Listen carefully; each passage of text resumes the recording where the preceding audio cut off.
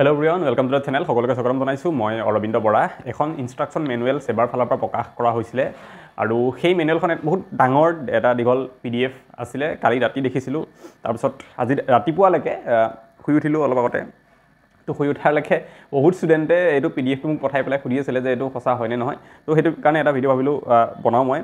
আপোনালোকক দেখাইছো প্ৰথম পেজটো ইনষ্ট্ৰাকচন মেনুৱেলখনৰ বহুত দীঘল এটা PDF আছিল। মই তাৰে যিকেইটা ইম্পৰ্টেণ্ট বস্তু আছে আমাৰ কাৰণে এক্সাম ডেটৰ কথা লিখা আছে তাত নিগেটিভ মাৰ্কিঙৰ কথাও লিখা আছে। কুৱেশ্যন পেপাৰ ঘৰলৈ আনিবলৈ দিবনে নিদিয়ে এক্সামৰ পিছত এটা বহুত ডাঙৰ কুৱেশ্যন, কাৰণ সেইখন আনিব দিলেহে আমি চেক কৰিব পাৰোঁ কিমান মাৰ্কছ পাম। সেইখনৰ কথাও লিখা আছে ইয়াতে, আনিব দিবনে নিদিয়ে। তো গোটেইবিলাক কথা কেতিয়া এক্সাম হলত সোমাব, কেনেকৈ ওলাব পাৰিব, এক্সাম হলত আপোনালোকে লাষ্টত এটা চাইন কৰিব লাগিব লিখা আছে। সেই চাইনটো যদি নকৰে আপুনি পৰীক্ষা দিয়ে নিদিয়ে একেই হ'ব। এনেকুৱা কথা লিখা আছে। লাষ্টলৈকে চাব, মই লাষ্টত ক'ম এইটো কথা। প্ৰথমে এবাৰ মই এনেই ফ্ৰণ্ট পেজটো দেখাই দিছোঁ এবাৰ। ইয়াতে ইনষ্ট্ৰাকচন মেনুৱেলখনৰ এনেকৈ আছে ফ্ৰণ্ট পেজটো, instruction manual ADRE 2024 SOP for conduct of written examination for grade 3 and grade 4 post এনেকৈ আছে ষ্টেট লেভেল ৰিক্ৰুটমেণ্ট কমিশ্যনৰ। তো পৰীক্ষাটোতো সেবাই পাতিব আমি জানো, গতিকে সেবাই এইখন SOP অৰ্থাৎ ষ্টেণ্ডাৰ্ড অপাৰেটিং প্ৰচিডিঅ'ৰ মুকলি কৰিছে তেওঁলোকে। PDF টো যিমান চালোঁ মই SLRC ৱেবছাইট, সেবাৰ ৱেবছাইটত একেটা ৱেবছাইট হয় ইণ্টিগ্ৰেটেড তেওঁলোকৰ। এতিয়ালৈকে তাত পোৱা নাই এইখন, ঠিক আছে। কালি চাইছিলোঁ মই ৰাতি গৈ পেলাই, পোৱা নাই। আজিও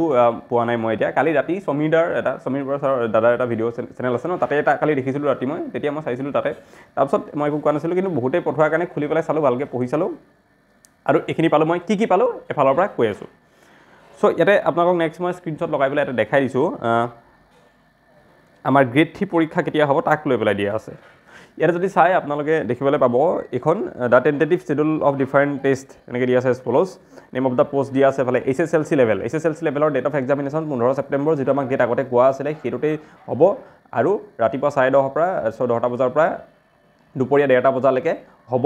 তাৰমানে 3 ঘণ্টা সময় আমাৰ থাকিব আৰু 15 ছেপ্টেম্বৰত পৰীক্ষা হ'ব। হায়াৰ ছেকেণ্ডেৰী লেভেল যিটো আছে, অ'কে। দেন 2 নম্বৰত বেচেলাৰ্ছ ডিগ্ৰী লেভেল যিটো আছে, মানে degree with computer and only graduate, দুটাৰ কাৰণে এখনেই পেপাৰ হ'ব। যোৱাবাৰো এখনেই পেপাৰ হৈছিলে, ঠিক আছে। সেইটো 29 ছেপ্টেম্বৰত আগবেলা হ'ব, 9টা বজাৰ পৰা 12টা বজালৈকে হ'ব। তাতেও 3 ঘণ্টা সময় দিয়া আছে। লাষ্টত SSLC লেভেলৰ যিখিনি ড্ৰাইভাৰ পোষ্ট আছে তেওঁলোকৰ পৰীক্ষাও সেই ডিগ্ৰী লেভেলৰ হোৱা দিনাখনেই হ'ব, কিন্তু পিছবেলা হ'ব পৰীক্ষাটো। 1:30 বজাৰ পৰা তেওঁলোকৰ 4:30 বজালৈকে হ'ব। তাৰমানে তেওঁলোকৰো কিমান সময় পাব, 3 ঘণ্টা সময় পাব। তো যিসকলে ড্ৰাইভাৰ লেভেল আৰু বেচেলৰ ডিগ্ৰী লেভেল দুটাতে এপ্লাই কৰিছে তেওঁলোকৰ মানে কি হ'ব, পৰীক্ষা দুইবেলা হ'ব। আগবেলাও থাকিব, পিছবেলাও থাকিব। আগবেলা দিব লাগিব তেওঁলোকে গ্ৰেজুৱেট লেভেল পোষ্টখিনিৰ কাৰণে, পিছবেলা দিব লাগিব তেওঁলোকে ড্ৰাইভাৰৰ কাৰণে। তো এইখিনি হৈছে আমাৰ গ্ৰেড 3 পোষ্টৰ গোটেই ডিটেইলছখিনি আমি গম পালোঁ। 15 আৰু 29 ছেপ্টেম্বৰতে পৰীক্ষা হ'ব। 15 ছেপ্টেম্বৰত আমাৰ হাই ছেকেণ্ডেৰী লেভেলৰ পৰীক্ষা হ'ব, আগবেলা হ'ব। আৰু 29 ছেপ্টেম্বৰত আমাৰ গ্ৰেজুৱেট লেভেল আগবেলা হ'ব, পিছবেলা হ'ব ড্ৰাইভাৰৰ পোষ্টখিনিৰ কাৰণে পৰীক্ষা। এতিয়া মই নেক্সট আপোনালোকক দেখাই আছোঁ যিখিনি আমাৰ গ্ৰেড 4 লেভেলৰ পৰীক্ষাখিনি কেতিয়াকৈ হ'ব। তো গ্ৰেড 4 লেভেলৰ পৰীক্ষা যদি আমি চাওঁ তেতিয়াহ'লে ইয়াতে মই লগাই দিছোঁ এইটো যিটো SSLC লেভেল আছে, মানে 10 পাছ কৰাখিনিৰ কাৰণে গ্ৰেড 4 যিটো পৰীক্ষা হ'ব সেইটো 27 অক্টোবৰত হ'ব। আৰু ৰাতিপুৱা 9টা বজাৰ পৰা 11:30 বজালৈকে পৰীক্ষাটো হ'ব। তাতে আমাৰ 8 লাখ মানুহে এপ্লাই কৰিছে। আৰু যিখিনি ক্লাছ 8 লেভেলৰ পোষ্ট আছে সেইখিনিৰ কাৰণে পৰীক্ষা 27 অক্টোবৰতে হ'ব, কিন্তু পিছবেলা হ'ব, অৰ্থাৎ 1:30 বজাৰ পৰা তেওঁলোকৰ 4টা বজালৈকে পৰীক্ষা হ'ব। আঢ়ৈ ঘণ্টা পৰীক্ষা হ'ব। তো গম পালোঁ আমি এইখিনিতে যে গ্ৰেড 4 লেভেলৰ পৰীক্ষাটো আমাৰ কিমান হ'ব, 27 অক্টোবৰত হ'ব। আগবেলা যিখন পেপাৰ হ'ব এখন ক্লাছ 10 লেভেলৰ যিখিনি পোষ্ট আছে সেইখিনিৰ কাৰণে, আৰু পিছবেলা যিখন পেপাৰ হ'ব সেইখন ক্লাছ 8 লেভেলৰ। তো যিসকলে হায়াৰ ছেকেণ্ডেৰী মানে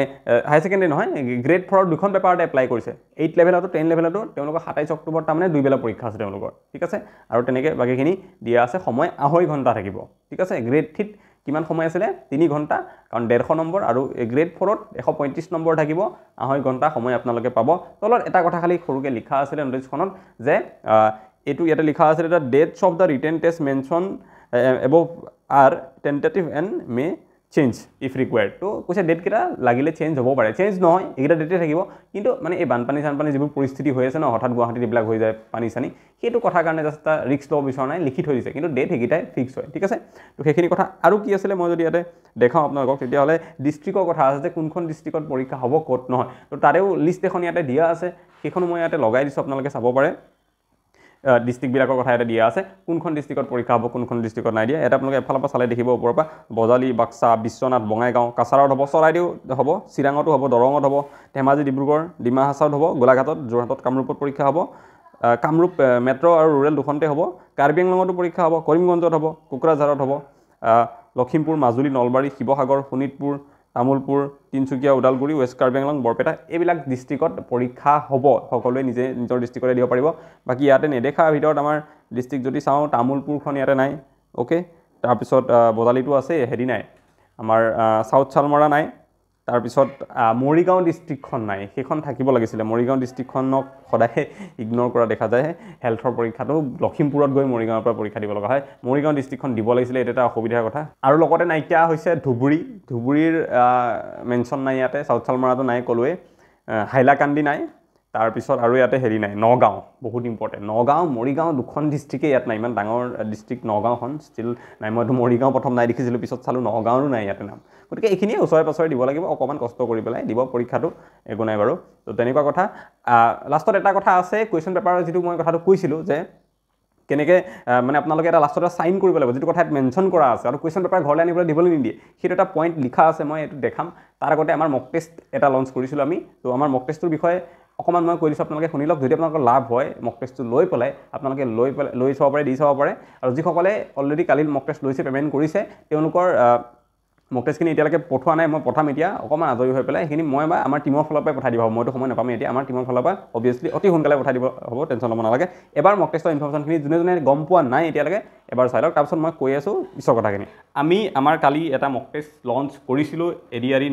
মানে নতুন পেটাৰ্ণত আপোনালোকে ছাইডত গোটেই আমাৰ ডিটেইলছটো দেখিবলৈ পাইছে ইয়াত কেনেকুৱা গোটেইখিনি লিখা আছে একদম ওপৰত যিটো কথা লিখা আছে যে মেড বাই চিলেক্টেড কেণ্ডিডেটছ তাৰমানে আমি যোৱা বছৰ এডিআৰই পাছ কৰা 13-14জনমান মানুহ আৰু APSC পাছ কৰা মানুহ আছে বেলেগ বেলেগ পৰীক্ষা APSCৰ তেওঁলোকে মিলি পেলাই আমি এটা নতুন পেটাৰ্ণত মক টেষ্ট সিৰিজ বনাইছোঁ নতুন পেটাৰ্ণ মানে কি আমাৰ যে এতিয়া ছ'চিয়েল ছায়েন্সৰ কুৱেশ্যন যে 30টা আহিব বুলি ক'লে ইংলিছত যে আগতে 20টা আহিছিলে এতিয়া 35টা আহিব বুলি ক'লে ইংলিছ কম্প্ৰিহেনশ্যনটো যে অলপ বেলেগ হৈ গ'ল আমি কি হ'ব আইডিয়াই পোৱা নাই চবে হয়নে তো কেনেকুৱা হ'ব পাৰে পেপাৰখন আমাৰ যিখন পেপাৰ আমি পৰীক্ষাত দেখিবলৈ পাম সেই পেপাৰখন কেনেকুৱা হ'ব পাৰে তেনেকুৱা সেবাৰ এখন মডেল পেপাৰ আমি বনাইছোঁ এখন নহয় 4খন বনাইছোঁ তেনেকুৱা পেপাৰ আমি তো ডিটেইলছখিনি ইয়াতে লিখাই আছে আপোনালোকে লৈ ল'ব পাৰিব মই এবাৰ পটককৈ কৈ দিছোঁ ডিটেইলছখিনি তাৰপিছত মই কেনেকৈ ল'ব লাগে সেইটো কথাও কৈ দিম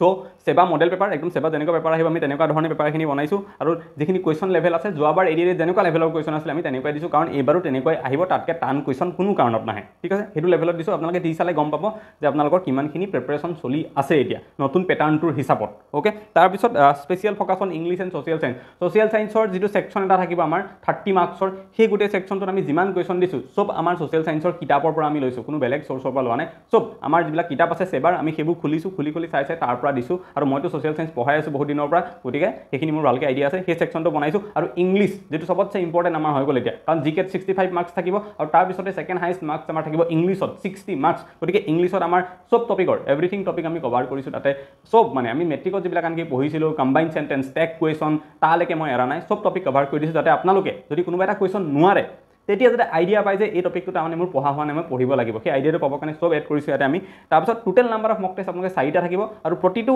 মক টেষ্টত 150টাকৈ কুৱেশ্যন থাকিব যিহেতু নতুন পেটাৰ্ণৰ মতে 150টা কুৱেশ্যন থাকিব হয়নে জিকে আমাৰ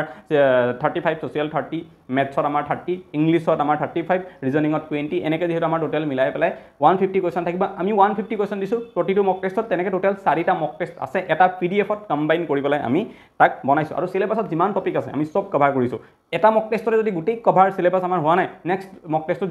যিবিলাক টপিকৰ ওপৰত প্ৰথমটোত কুৱেশ্যন দিয়া হোৱা নাই ছেকেণ্ডটোত দিছোঁ যিবিলাক কুৱেশ্যন ছেকেণ্ডটো দিয়া নহ'ল যিবিলাক টপিকৰ পৰা কুৱেশ্যন থাৰ্ড মক টেষ্টত দিছোঁ এনেকৈ আমি 4টা মক টেষ্টত 600 কুৱেশ্যন আছে total maths English reasoning social science reading comprehension দিছোঁ তাত চব মিলাই পেলাই 600 কুৱেশ্যন আছে আৰু আমাৰ গোটেই চিলেবাছ যিখন থাকে যিকোনো কম্পিটিটিভ এক্সামৰ গোটেইখিনি আমি তাতে কভাৰ কৰিছোঁ আৰু আনচাৰ কিউ আপোনালোকে লগতে ইয়াত পাব আমাৰ আনচাৰ কিউ থাকিব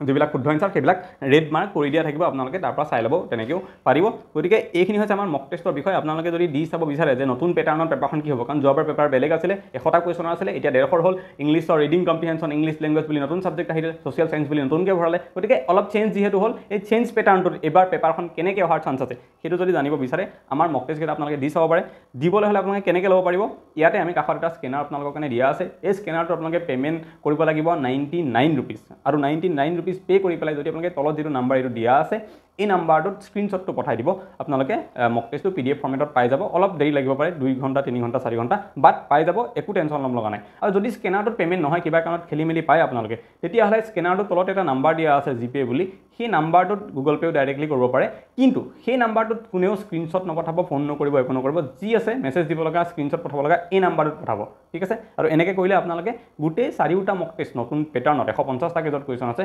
গোটেইখিনি পাই যাব তো মক টেষ্টৰ কথাখিনি আপোনালোকে গম পালে ল'ব বিচাৰে যদি আপোনালোকে লৈ পেলাই নিজকে টেষ্ট কৰি চাব পাৰে আমি ক'ব গ'লে এটা বেষ্ট মক টেষ্ট গোটেই অসমৰ ভিতৰতে বনাবলৈ চেষ্টা কৰিছোঁ বহুতখিনি মানুহে লগ লাগি পেলাই কুৱেশ্যন লেভেল চালে আপোনালোকে গম পাবই